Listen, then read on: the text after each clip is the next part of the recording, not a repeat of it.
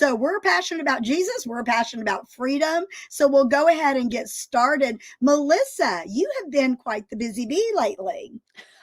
Well, as you are too, Maggie, doing the Lord's work is a full time job. I like what you said about being an influencer for Jesus because really, sometimes I get convicted of, hey, am I doing this for myself? Am I doing it for Him? So just every day, my prayer is, I want to make you more famous. I want to become less so that you can become greater.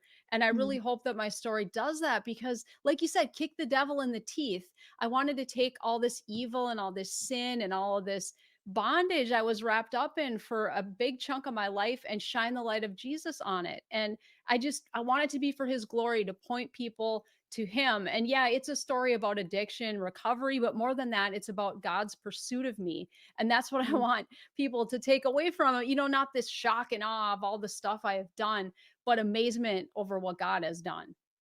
Wow, that's beautiful. That's beautiful. And it is true because it's only by the hand of God that you could have made it through the tough years. And, everybody's got a story and everybody's got things that happened in their past that they're not proud of. But the reality is anything that's brought into the light, it loses power from the dark side.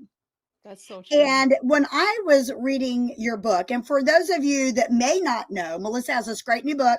I've got it here. So it is called Blackout to Blessings: How the Perfect Love of Jesus Saved Me from the Highway to Hell.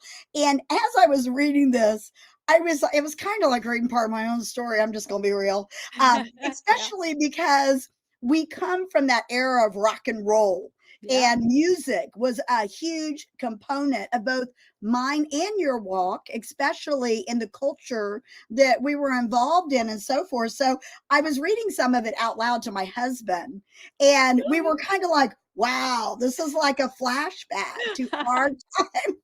Yeah.